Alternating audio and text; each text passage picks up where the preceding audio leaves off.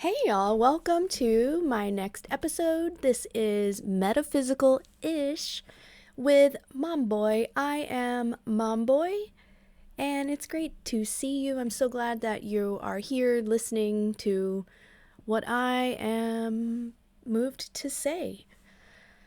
So, I wanted to start out with a bodily observation, and I do this because I find the relationship between the mind and the body to be very interesting, and not just in a meditation sort of way, but in a going through your life sort of way, right? So as you're walking through your life, you are making the coffee, you are commuting, you are doing the dishes, you're watching whatever you want to watch, you're watching YouTube videos.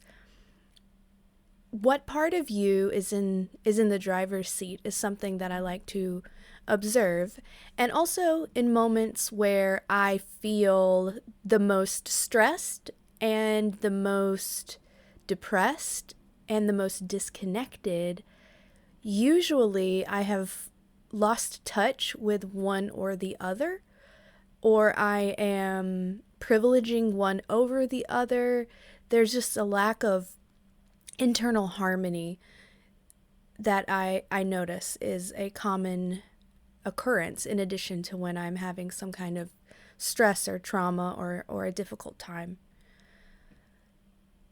First off, I wanted to tell you about something that happened last week. Was a little sick, had like a cold, no big deal.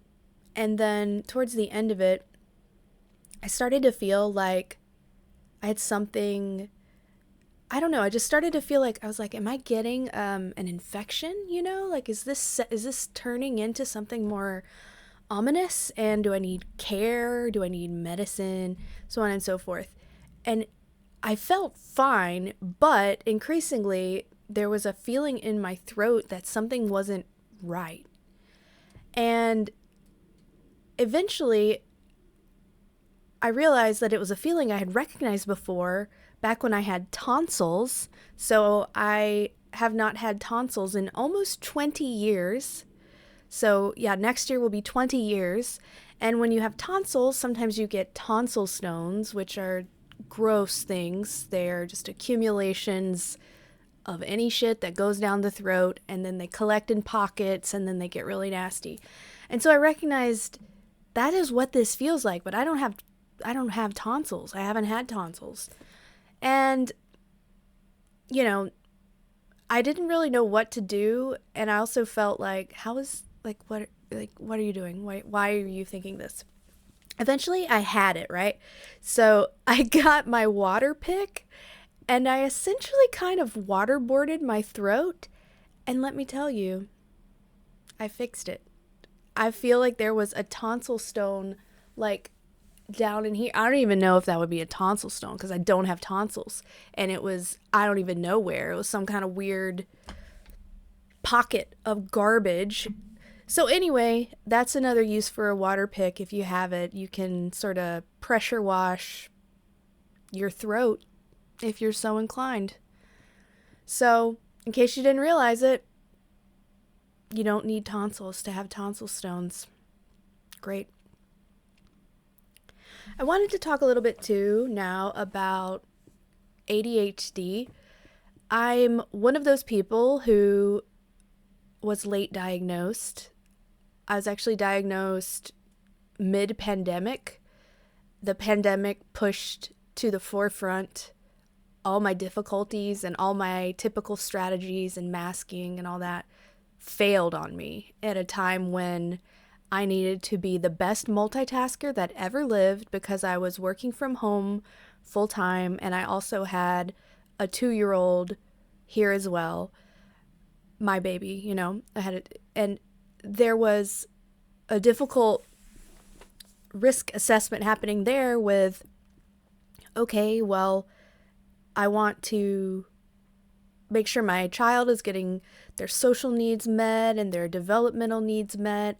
And also, it did feel like anytime you went anywhere or did anything that you were making a decision that could result in tragedy. So that was a really fun time. At that point in time, I was completely off of antidepressants. Over the course of my life, I've been on antidepressants. I've weaned off of them. I've had periods that were really great on and off of them. And I think at the end of the day, I have a common frustration between figuring out the correct balance of ADHD medicines that I also have with choosing an antidepressant and determining if it's being effective. I feel very frustrated if I focus on it with how unscientific it is to prescribe something, tell someone to come back in 6 weeks, and then in like 3 minutes sum up what's going well and what is not going well, and then for that to be a way for a doctor to decide what to do next. A lot of the times, in my experience, doctors are kind of looking to you to see what you want to do. Like, do you want to try more of this? Do you want to try less of this? Do you want to try something else? And then with that particular choice, you end up in a period where you are usually ramping off of one medicine and ramping on to another one. That could be 12 weeks or more before you can even kind of figure out like, oh man, did I make a good decision? Like, is this good for me? And I know that there are newer features that you can use, like there's gene testing and so on and so forth, but it's not accessible and it is not the standard. I haven't done it. I have thought about it, but it is, in my opinion, pretty frustrating how, you don't know which antidepressant to take. You don't know which ADHD medicine to take necessarily with trial and error. And then for me, where I am at currently is this mind game of when do I need my ADHD medicine and when am I okay? And is my life better if I keep everything consistent, even say across a weekend? Or is it better to take medicine less? And sort of my default bias is towards not being on any medicine, not taking anything, not needing anything. And the reality is I do need it. I need help getting my mood to a place where the weight of the world isn't suffocating me and I'm able to chip away in my little terrarium that I live in and make a difference and make changes and take care of me and take care of my people, that I love, my pets, so on and so forth. So I have been on the weekends, sometimes not taking my ADHD medicine and then other times taking it. And then I'm on a more short-acting version of ADHD medicine. So then you have this really fun thing where you're expected to take multiple doses throughout the day if you need it. So then that just kind of like multiplies it. It's just all these variables, and it is a lot, right? Because some days I get into the swing of things and I am focused, I'm drilled in, I'm doing what I need to do, I'm taking care of business, I'm polite and feel like talking, which is another thing where like I am naturally pretty introverted, but I have social needs. I have the need to connect. I think most, if not everyone, does. And then you put me in a position where I work from home. I spend a lot of time in this room. If I'm not in here, then I spend a lot of time with my family, which is great. But in terms of just me expressing myself, it's really limited to pockets of time that my partner and I have together for the most part, or other connection points that are either in person or, online, and connecting either, through like typing. I enjoy typing to talk. It's the easiest way for me to communicate. I mean, writing would probably be number one, but, I can't exactly, I guess I could be pen pals with everyone, but that's not the situation that I'm in terms of like time. I don't have the time right now, and getting my ass to a post office, even though it's like a couple miles that way. Oh, it's comical. It's comical how difficult it is to get to the post office. I have a printer. I can print out labels.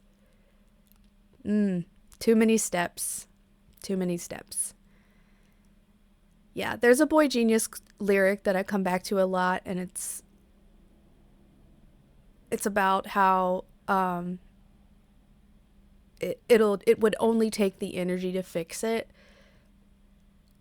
You know, so you're sitting here, you're looking at the light bulb that has been blown out for a year, but you don't have a ladder, or you do have a ladder. The ladder's in the garage, or your partner wants to help you with it, but then both of you never feel simultaneously like you want to do it, and so on and so on and so on.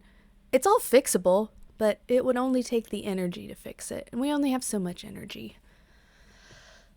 So, you know, I don't really know what the answer is in terms of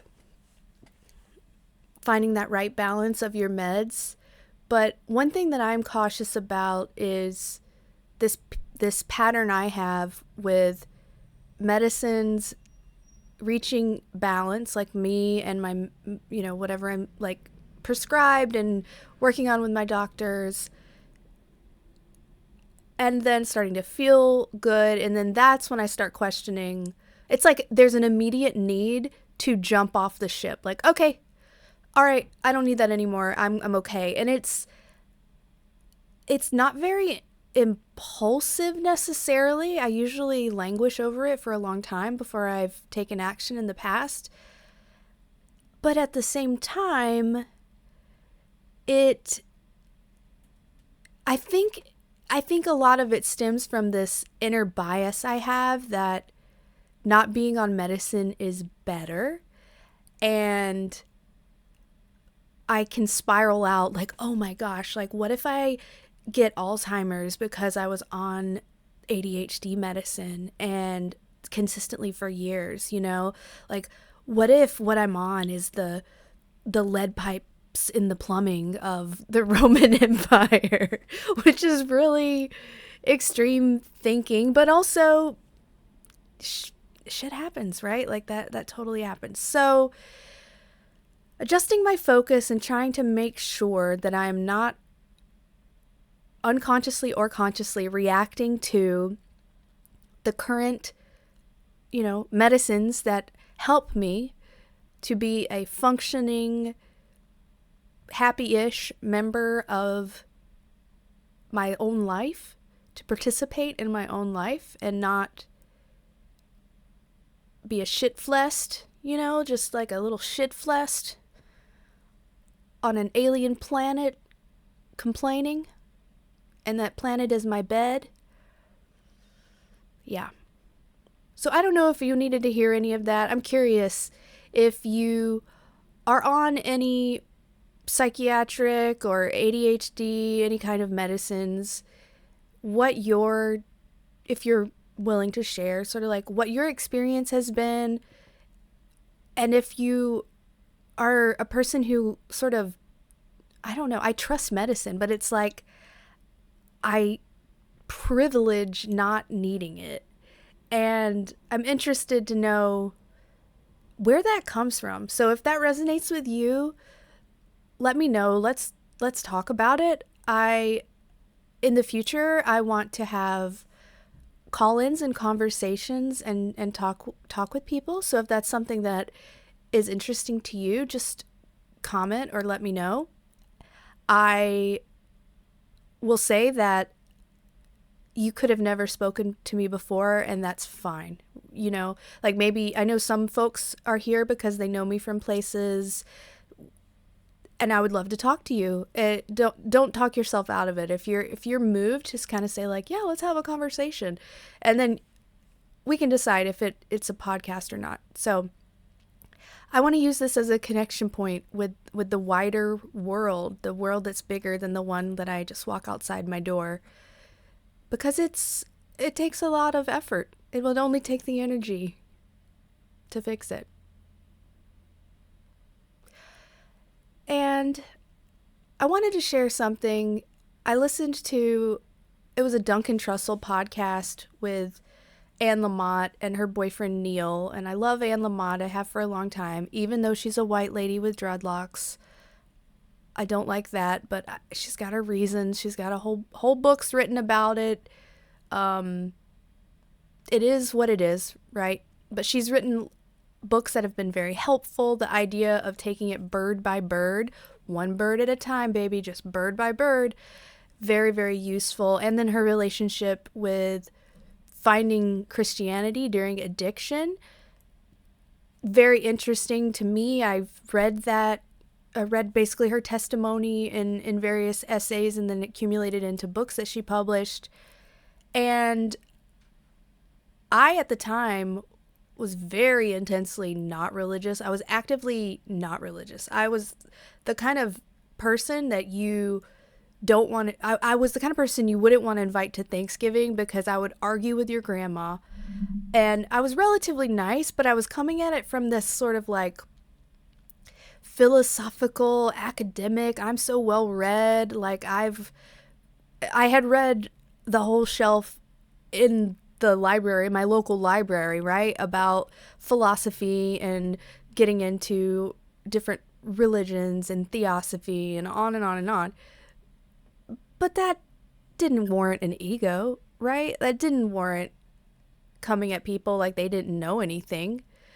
So I was a bit aggressive and combative. I can still be kind of aggressive if I sense injustice. I get very triggered and mom boy, mama bear when I feel like advantages are being taken, especially for someone who's in a position of less power. That kind of fires me up. But in this particular podcast, Neil, I guess, I don't know much about him.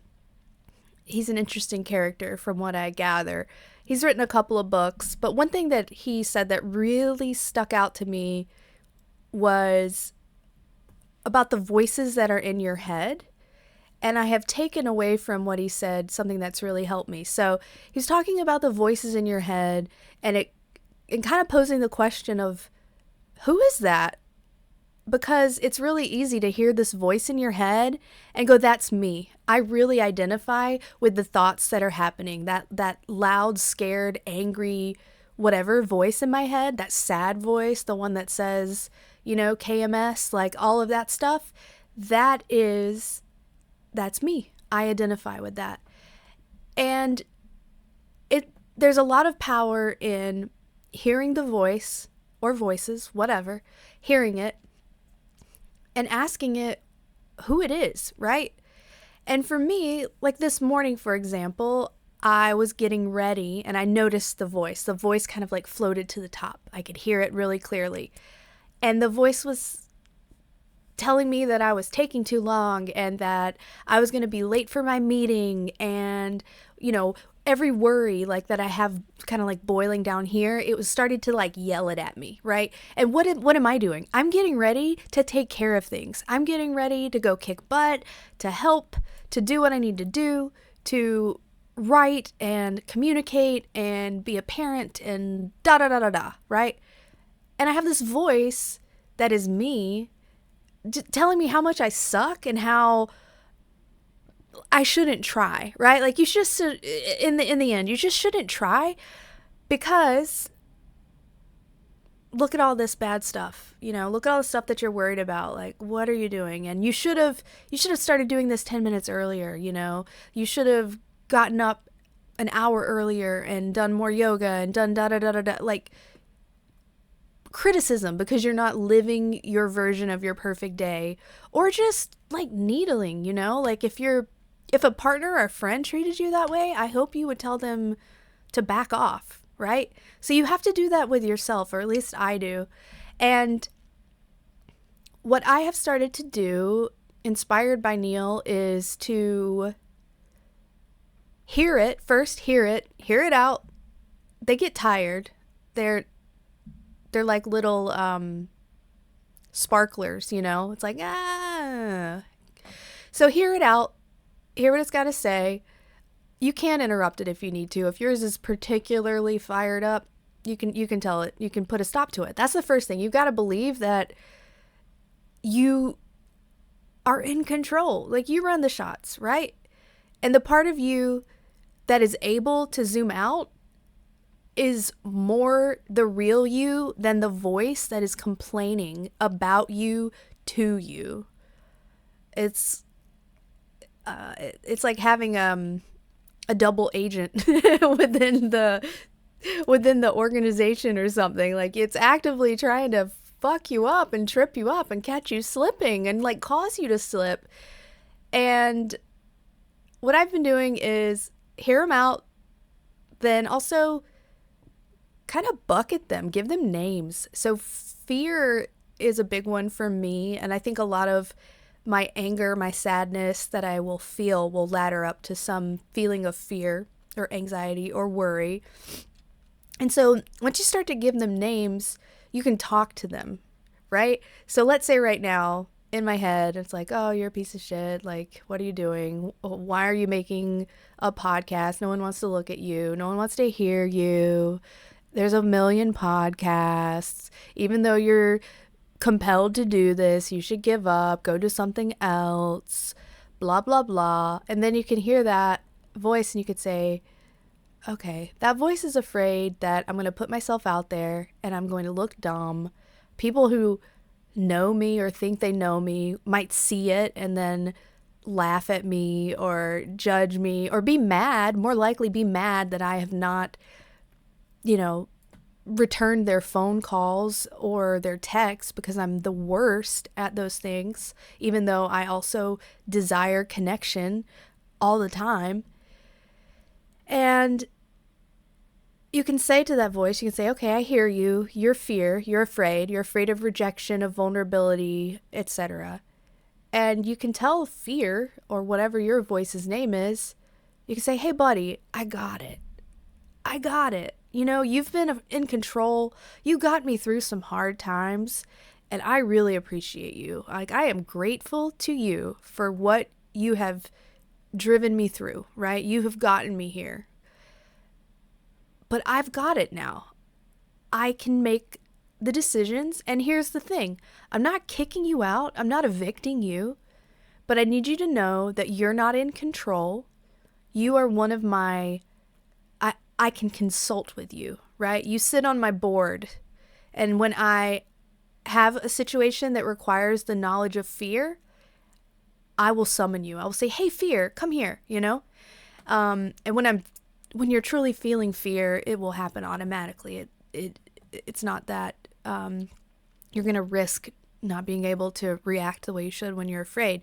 But this empowers you to be able to live in a way that is not being driven by fear without you even realizing it, and also in times when it's totally not appropriate. And I feel a little bit of relief every time I do it. I feel like relief from the part of me that is so worried and scared. And I also feel supported, right? Like, me and all my experiences and feelings and so on, we can work together. We're going to make better decisions and make more of a difference and do all the things that we want to do when we are able to make decisions that are not hurried, when it's not always an emergency, and when the most intensely urgent kind of thing, the feeling of urgency that is associated with fear, anxiety, worry, when that doesn't get to jump the line all the time, when it's not an imminent danger. So that's something that I'm trying. I'm curious what it's like for you. I've read those articles that said some people don't even have an internal voice. I do often think in terms of pictures and patterns. There is also a voice element too, occasionally. And I am trying to remember. I can't think of a time where it's been like, man, you're just doing a really good job. It's always, I'm like doing something else and it's telling me this, it's languishing about that. And to be honest, I think it contributes to my forgetfulness. I'm always losing things. I am in a constant state of assigning a place to things, so I stop losing them. And even in that situation, I lose my favorite earbuds twice a week. I lost the case long enough that I bought a new one because it had to charge the earbuds and blah blah blah. Now I've got two cases, and so it's a whole thing. I lose stuff constantly, and it's from the inattentiveness that I think is connected sometimes from me distracting myself. Well, that's it for today. That's it for Metaphysical-ish with Mom Boy. I just want to say, I love you so much. If you're hungry, I want you to get a big black trash bag and I want you to come over and I want you to go in my pantry. I want you to fill that sucker up and I don't want to hear it, And as you walk out the door, I might slip you $20. It's going to be okay. It's going to be okay. It really is. It's hard out there, but you can do it. You're trying, and I'm here for you. I am conspiring for your success. All right, love you so much, y'all. Take care of you. Let me know in the comments, do you have a voice in your head? Have you dealt with struggles with ADHD and just deciding on medicines, whether to be medicated, stop being medicated? And if you have any gross tonsil stone stories, I'm down to hear it. I don't know if everybody else is, but I would love to hear it. Okay, love you. Bye.